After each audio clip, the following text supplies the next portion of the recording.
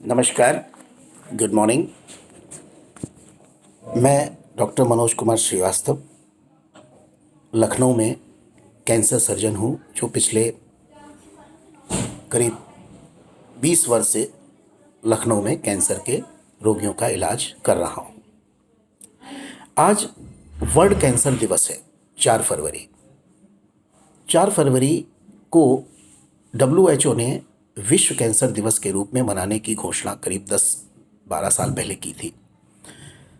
तब से लेके हर वर्ष हम लोग इसी दिन विश्व कैंसर दिवस मनाते हैं और इस दिवस के उपलक्ष्य में हम लोग राजधानी कैंसर अस्पताल और मेरे कैंसर क्लिनिक के सौजन्य से हर वर्ष जनरल पॉपुलेशन को, पब्लिक को, जनता को कैंसर के बारे में जागरूक करने का अभियान चलाते हैं।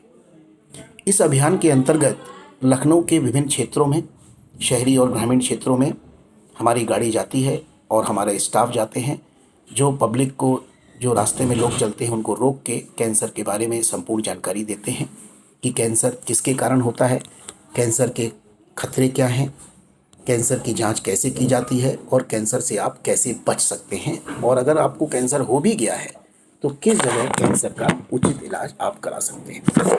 क्योंकि ये बहुत पहले से सभी को जानकारी है कि कैंसर जो है पान मसाला, तम्बाकू, पॉल्यूशन और कई ऐसे चीज़ों के कारण कैंसर का रोग तेज़ी से बढ़ता जा रहा है। और आपको ये जान के आश्चर्य होगा कि वर्तमान समय में भारत में 25 लाख से ज़्यादा कैंसर के मरीज हैं और हर वर्ष करीब 9 लाख नए कैंसर के मरीज जुड़ जाते हैं। और इतनी सुविधाएं होने के बावजूद हम केवल 3 लाख मरीजों को ही बचा पाते हैं साल भर में, और बाकी 6 लाख कैंसर के मरीज मौत के मुंह में चले जाते हैं। और WHO की ये रिपोर्ट है कि आने वाले समय में जिस हिसाब से स्मोकिंग, पान मसाला, गुटखा, पॉल्यूशन बढ़ता जा रहा है, तो आने वाले समय में भारतवर्ष में करीब 20 लाख, 15 से 20 लाख हर वर्ष नए कैंसर के मरीज जुड़ेंगे हर वर्ष। सोचिए कितनी भयानक संख्या है। तो क्या हमारे पास इस कैंसर को निपटने के संसाधन हैं? नहीं।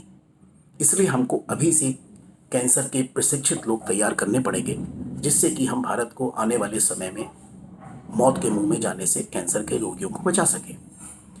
कैंसर के सर्जन की कमी के कारण एक बहुत बड़ा ड्रॉबैक ये हुआ है, ये मैं आपसे बताना चाह रहा हूँ कि बहुत से लोग होम्योपैथिक है, होम्योपैथिक है, आयुर्वेदिक है, यूनानी है और झोला छाप डॉक्टर जो कैंसर के नाम पे विभिन्न दवाएं मार्केट में सेल कर रहे हैं और दावा करते हैं कि हम कैंसर को सही कर रहे हैं। तो इस चीज़ से आपको सावधान रहने की ज़रूरत है, क्योंकि मैंने अपने कैरियर में 25 साल, 20 साल के कैरियर में मैंने आज तक इन विधाओं से कैंसर के मरीज को ठीक होते हुए नहीं देखा, ना किसी भी आयुर्वेदिक के ट्रीटमेंट से, और ना ही किसी योग से, और ना ही किसी झोला छाप डॉक्टर या होम्योपैथिक से। हाँ, योग का प्रभाव जरूर है। योग इंसान को मानसिक शक्ति देता है, जिससे कि वो कैंसर जैसे रोगी को, मतलब कैंसर जैसे में जो स्ट्रेस होता है कैंसर का ना, उसमें जरूर मरीज को फायदा होता है। लेकिन कैंसर योग से ठीक हो जाएगा ऐसा मैंने आज तक नहीं देखा। और उस कारण क्या होता है कि लोग इन झोला छाप डॉक्टरों के चक्कर में पड़ के अपने कैंसर के मर्ज को बहुत बढ़ा लेते हैं। लास्ट स्टेज में हमने देखा है, हमारे पास कई मरीज कहते हैं कि साहब हम 1 साल से होम्योपैथिक ले रहे थे, आयुर्वेदिक ले रहे थे, फिर उसके बाद हमारे पास आते हैं झोला छाप के पास या योग के पास कि साहब अब हमारा कैंसर ठीक कर दीजिए। जब हमारे पास आते हैं तब तक उनका कैंसर बिगड़ चुका होता है। उस समय एलोपैथी भी कुछ नहीं कर सकती। तो ये चीज़ आप ये समझिए कि कितनी बड़ी ये लोग कैंसर के रोग को बचाने के बजाय कितनी बड़ी मुसीबत देश के लिए खड़ी कर रहे हैं, जिससे कैंसर के मरीज निरंतर बढ़ते चले जा रहे हैं। और दूसरा, चलिए हम ये इन विधाओं की बात करें, झोला छाप की बात करें, चले वो लोग पढ़े लिखे नहीं हैं, लेकिन फिर भी ऐसा देखा गया है कि नए सर्जन जो अभी अभी प्रैक्टिस में उतरे हैं, जिनको ज़्यादा अनुभव नहीं है, अब वैसे मेरे इस तरह नाम लेने से कुछ लोग बुरा मान जाएंगे, लेकिन जो ENT सर्जन हैं, जो गायनिकोलॉजिस्ट हैं, जो डेंटल सर्जन हैं, वो लोग भी कैंसर के इलाज का दावा करते हैं, जो कि बिल्कुल गलत है। क्योंकि कैंसर की सर्जरी वही कर सकता है जिसने 4 चीज़ें होनी चाहिए। पहली चीज़, जिसने कैंसर सर्जरी में MS की डिग्री के बाद, MS जनरल सर्जरी की डिग्री के बाद उसने अगर 3 साल MCH की डिग्री ली हो, पहला। दूसरा, या किसी ने मान्यता प्राप्त कैंसर हॉस्पिटल से या मेडिकल कॉलेज से जहाँ कैंसर विभाग है वहाँ से कम 3 साल की सीनियर रेजिडेंसी की हो वो, या जिसने DNB सर्जिकल ऑन्कोलॉजी से डिग्री प्राप्त की हो, या जिसने MD रेडियोथेरेपी या DM मेडिकल ऑन्कोलॉजी किया हो।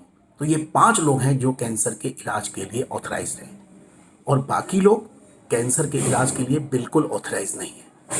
तो मेरा जनसाधारण से ये निवेदन है कि इस तरह के डॉक्टरों के पास ना जाएं। चलिए, जिन शहरों में कैंसर सर्जन नहीं है वहाँ तो मैं मान सकता हूँ कि गरीब मरीज है तो आप कहता साहब आप ही इलाज कर दो, तो इस तरह के सर्जन की, ENT सर्जन, गायनिकोलॉजिस्ट की मजबूरी होती है, डेंटल सर्जन की, उनका इलाज करना। लेकिन ये मैं आपको बता दूं कि भारतीय जो इंडियन मेडिकल एसोसिएशन है उसने कभी भी अन्य विधाओं के डॉक्टरों को कैंसर के इलाज की अनुमति नहीं दी है। कैंसर के इलाज की अनुमति मेडिकल काउंसिल ऑफ इंडिया के हिसाब से केवल कैंसर की डिग्री प्राप्त सर्जन या फिजिशियन को ही है। होता क्या है कि अन्य विधाओं के डॉक्टर जब कैंसर का इलाज करते हैं तो कैंसर का ऑपरेशन की में पारंगत नहीं होते हैं, क्योंकि कैंसर के ऑपरेशन करना और दूसरी बीमारियों का ऑपरेशन करना में बहुत डिफरेंस है। तो कैंसर का ऑपरेशन कैसे किया जाए ये केवल कैंसर सर्जन ही समझ सकते हैं, और जो अन्य सर्जन जो कैंसर का ऑपरेशन करते हैं उसमें कैंसर की बीमारी छूट जाती है या नोड नहीं निकाल पाते, केवल ब्रेस्ट निकाल दिया और बगल की गांठें नहीं निकाली, क्योंकि उनको निकालने की ट्रेनिंग उनकी नहीं होती है। इसलिए उन मरीज में अधूरा ऑपरेशन होता है, और अधूरे ऑपरेशन की वजह से कैंसर बहुत तेजी से फैलता है। तो उन्होंने मरीज को कुछ देने के बजाय वो उल्टा मरीज का नुकसान कर देते हैं, और फिर हमारे पास मरीज आता है कि साहब उन्होंने ऑपरेशन किया था, अब ये कैंसर बड़ी तेजी से बढ़ गया। उस अवस्था में हम लोग भी कुछ नहीं कर पाते। तो मेरा जनरल पब्लिक से, समान लोगों से विनम्र निवेदन है कि इस तरह के मरीजों का, इस तरह के डॉक्टर्स का जो आपको कैंसर का इलाज का दावा करें तो उनकी डिग्री चेक करिए कि वास्तव में वो कैंसर का इलाज करने के लिए मान्यता उनको है कि नहीं, तभी उनसे इलाज कराएं, अन्यथा आपका कैंसर खराब हो सकता है। और वर्तमान समय में लखनऊ में स्पेशली बहुत कैंसर सर्जन डिग्री प्राप्त मौजूद हैं। मेडिकल कॉलेज में सर्जिकल ऑन्कोलॉजी विभाग है, वहाँ कैंसर सर्जन मौजूद हैं, इसका इलाज हो रहा है। रेडियोथेरेपी विभाग है KGMC में, वहाँ इलाज हो रहा है। राम मनोहर लोहिया में कैंसर सर्जन मौजूद है MCH, और वहाँ भी रेडियोथेरेपी विभाग है। मेडिकल ऑन्कोलॉजी विभाग है, वहाँ इलाज कराइए। या SGPGI में रेडिएशन ऑन्कोलॉजी विभाग है, वहाँ इसका इलाज कराइए। और इसके अलावा प्राइवेट अस्पताल में, कई प्राइवेट अस्पताल लखनऊ में हैं जो कैंसर इलाज कर रहे हैं।